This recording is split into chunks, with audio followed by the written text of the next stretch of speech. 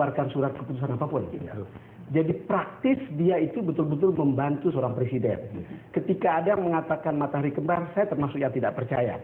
Mungkin di publik ya, tapi di media bisa jadi matahari kembar. Bisa jadi, tapi semua keputusan itu adalah seorang presiden. Dia hanya mengendorse untuk apakah ini boleh diputuskan.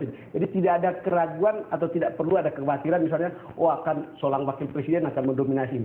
Kalau betul-betul seorang presidennya mampu, kira-kira begitu. Dan menurut saya itu tidak akan terjadi. Hal yang sama sebenarnya terjadi di DKI juga. DKI itu sepertinya Ahok kan bekerja sangat all out gitu ya.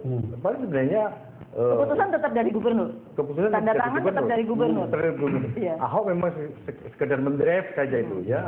Jadi saya kira kekhawatiran untuk ada matahari kembar apa, kalau lebih tepat itu tadi Bang, matahari dan bulan itu kan saling melengkapi itu. Matahari dan bulan. Lipat itu kan supaya di malam hari tetap juga terang ya Pak Edi ya. Tetapi di mata publik memang bisa jadi ada matahari kembar gitu kan di media, kalau presiden dan wakil presiden teriak-teriak sama-sama kenceng gitu, Mas Riko. Ya memang kalau kita lihat dari secara aturannya tidak memungkinkan, tadi sudah disampaikan.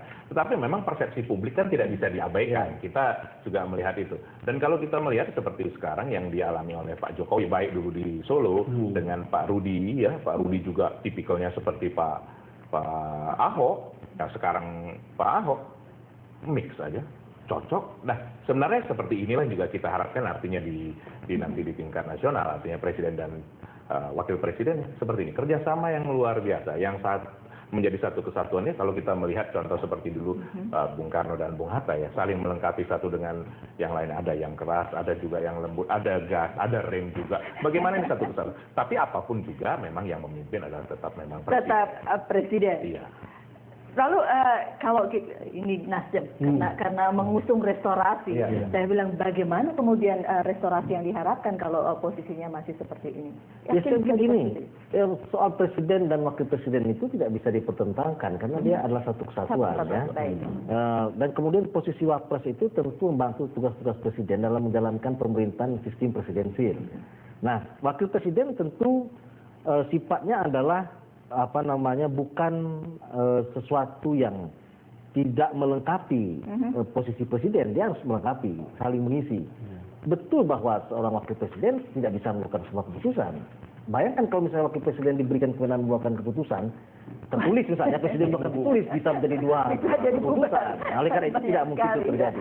Dalam sistem demokrasi apapun, apakah sistem di Amerika atau di mana pun, tidak bisa seorang wakil mengeluarkan keputusan yang sama kuatnya dengan seorang presiden. Tapi kalau kita bicara soal matahari kembar, soal matahari bulan, kalau Nasdem bicara dengan PDI Perjuangan sebelumnya, ada sejumlah nama pastikan yang diusung atau cuma satu nama diusung ke PDI Perjuangan, ditawarkan begitu? Nasdem menawarkan wapres ya? Bukan menawarkan. Tidak menawarkan wapres. Cuma Ibu Mega bilang iya ini setuju ini tidak gitu. Kita mendiskusikan ada beberapa nama yang cocok untuk menjadi pasangan Jokowi. Kita bahas ini kalau satu bagaimana, kalau yang kedua bagaimana, ketiga bagaimana, keempat, kelima bagaimana. Apa lebih kurangnya? Kira-kira kalau taruh ini cocok nggak sama Jokowi? Kira-kira kita menang nggak? Tanya sama Jokowinya, ini gimana? Kalau ini saya mungkin cocok, tapi ini mungkin cocok. Coba kita komunikasikan dengan Bu Mega.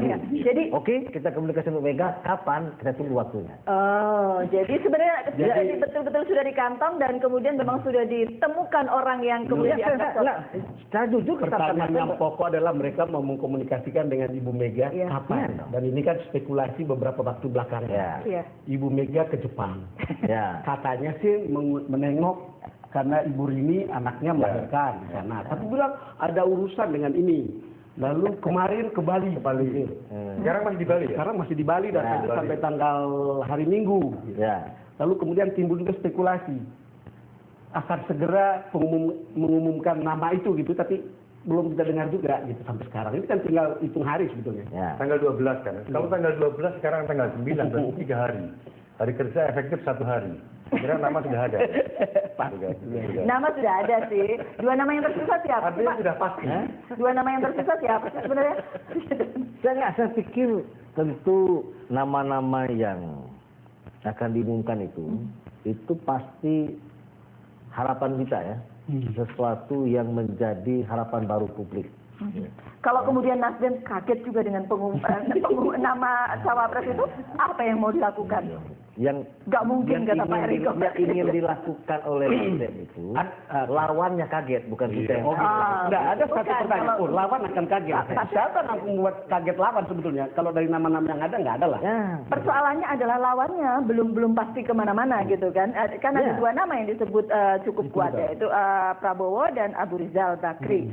Nah, dua-duanya bahkan Golkar dan Gerindra belum punya koalisi yang kemudian kan itu yang siap ini dan bisa dikatakan sebagai hari ini calon presiden adalah Jokowi. Yang lain kan belum ada karena koalisinya belum putus, partai apa dengan apa. Kalau hari ini kita mengatakan besok didaftarkan KPU, hari ini kita daftarkan. Pertanyaannya untuk kalian berdua ya, saya mewakili, ini pertanyaan seorang wartawan. Di mana posisi dukungan pengusaha untuk seorang cawapres untuk ditaruh di wakilnya Jokowi? Pengaruh nggak pertimbangan itu? Ada nggak pertimbangan begitu? Karena di mana-mana pengusaha itu tidak mungkin tidak terlibat dalam politik. You sebut di Amerika, di mana itu pasti ada. Lalu kemudian kan ada nama JK. Yang kebetulan kita dengar di berbagai kesempatan itu comfortable untuk pengusaha. Lalu kemudian ada nama Abraham Samad yang kita belum tahu gitu. Tapi kan dia juga orang yang kuat.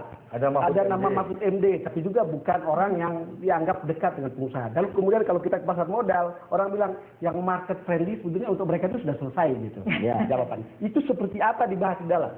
Nah, saya pikir begini ya. Kehadiran seorang cawapres yang akan diumumkan itu tentu tidak hanya memberikan kenyamanan bagi kalangan pengusaha, tapi saya pikir semua kalangan merasa bahwa ini adalah sebuah pilihan yang tepat dan pilihan yang terbaik untuk dipasangkan dengan Jokowi. Bahwa kemudian faktor pengusaha mungkin ikut mencoba memberikan pandangan-pandangan, tentu tidak hanya pengusaha juga yang kita mintain pandangannya.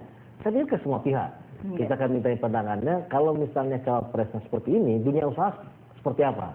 Karena bagaimanapun penentu terakhir adalah rakyat ya. Mereka yang memilih langsung figur mana yang mereka mau. Begitu. Jangan sampai nanti satu hal bahwa kebijakan dari seorang presiden dan cawapresnya dalam pemerintahan ke depan itu membuat iklim dunia usaha menjadi tidak kondusif misalnya. Orang tidak percaya investasi ke sini, itu berbahaya juga. Dan kalau kita boleh sampaikan, nah, perilaku ekonomi yang melakukan ekonomi itu sendiri kan tidak hanya pengusaha besar, ada pengusaha menengah, ada pengusaha kecil atau katakan usaha kecil menengah yang berkaitan langsung dengan masyarakat yang sekarang totalnya ada 62 juta itu. Nah, ini juga hal yang perlu dipertimbangkan. Makanya seperti tadi saya sampaikan juga, memang elektabilitas itu memang faktor terakhir, tetapi menjadi faktor juga yang sangat penting. Kita tidak bisa pungkiri. Tapi paling tidak Pak Don Bosco, di market ini yang ada ini kan keterima ya Pak Don Bosco ya, menurut Berita Satu dan Gatra ini. Iya, Bung Eriko, lebih penting elektabilitas apa kapabilitas? Kalau kami tentunya ini melihat secara jujur, terkadang Pak Hedi, antara persepsi elit dengan persepsi publik ini, masyarakat ini memang belum tentu kan sama. Belum tentu sinkron. Memang harus kita hati-hati untuk. Jadi kalau mau boleh dikatakan sebenarnya Pak Rio, artinya dari Nasdem, dari PDI Perjuangan, kenapa tidak cepat-cepat? Karena memang memperhitungkan hal ini semua. Jangan nanti diberikan ini menjadi satu, katakanlah menjadi bukan meningkatkan tadi yang seperti saya sampaikan, malah menurunkan. Mungkin pendek saja. Kalau kita membaca kan ya, mari kita membaca lawan. Kemungkinannya siapa dengan konstelasi yang baru ini yang akan maju? Kalau kita melihat kemungkinan Demokrat mempunyai peranan besar di sini. Artinya bisa membuat satu poros baru atau koalisi baru yang juga akan menentukan. Prabowo dan ARD? Kemungkinan bisa bersama. Masih tetap akan maju? Akan bersama. Saya pikir gitu. Jadi tentu ARD punya persoalan sendiri dalam partainya yang mungkin belum selesai sampai hari ini. Tapi saya pikir ARD pasti akan tetap maju. Apakah itu posisi 1 atau 2 itu lain soal ya. Iya. Jadi mungkin tidak akan ada calon presiden sendirian, Bang Don. Ya pasti tidak akan sendirian seperti yang kita risaukan. Cuman yang ingin saya katakan kan kita mau sebetulnya lebih awal tahu siapa cawapres Jokowi, lebih baik sebetulnya. Karena lebih cepat lebih baik. Kita keliling dan saya tanya kiri kanan, tapi memang katanya sudah ada kelompok pengusaha yang mulai mempersiapkan logistik untuk Jokowi. Padahal sudah ada cawapresnya Jokowi mempersiapkan kampanye. Itu sudah. Jadi siapa yang mempersiapkan kampanye itu? Mas Edi pun tidak berani sebutkan. Karena ada beberapa sih ya, sudah mempersiapkan kampanye, sudah punya tim kampanye, sudah menyiapkan logistik. Jadi Nggak jauh-jauh lah itu. Oke. Kita sudah hampir sampai di bagian akhir. Saya boleh dapatkan closing statement dari Pak Rio Capella. Ya, saya pikir kita harap bersabar ya.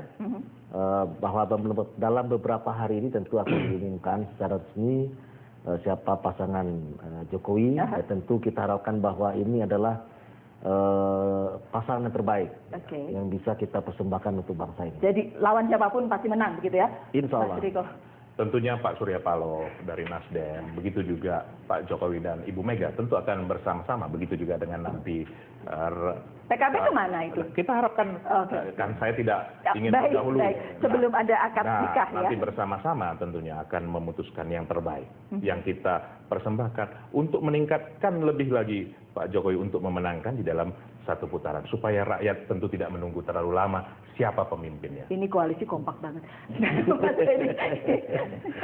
Bisa dapatkan closing statement. Kalau menurut saya, dengan konstelasi yang ada sekarang. Ya, dugaan saya akan bukan hanya dua pasangan. Betul. Kalau Demokrat sudah di urutan ketiga, akan ada 3 pasangan cawapres. Ya. Jadi kemarin yang disebut koalisi helikopter dan koalisi kuda mungkin bisa akan pecah ini.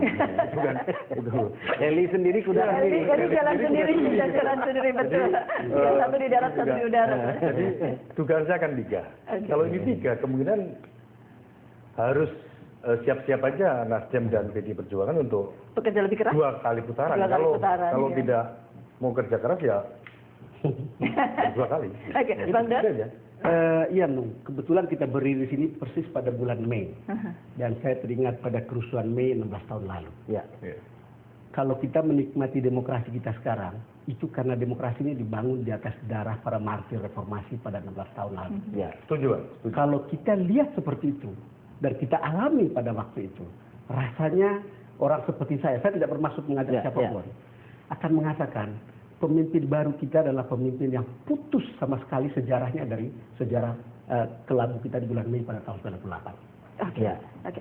Jadi ya memang tetap harus masih kita tunggu ya, tanggal 9 Juli. Bapak-bapak terima kasih sekali lagi sudah hadir di The Headlines dan demikian The Headlines.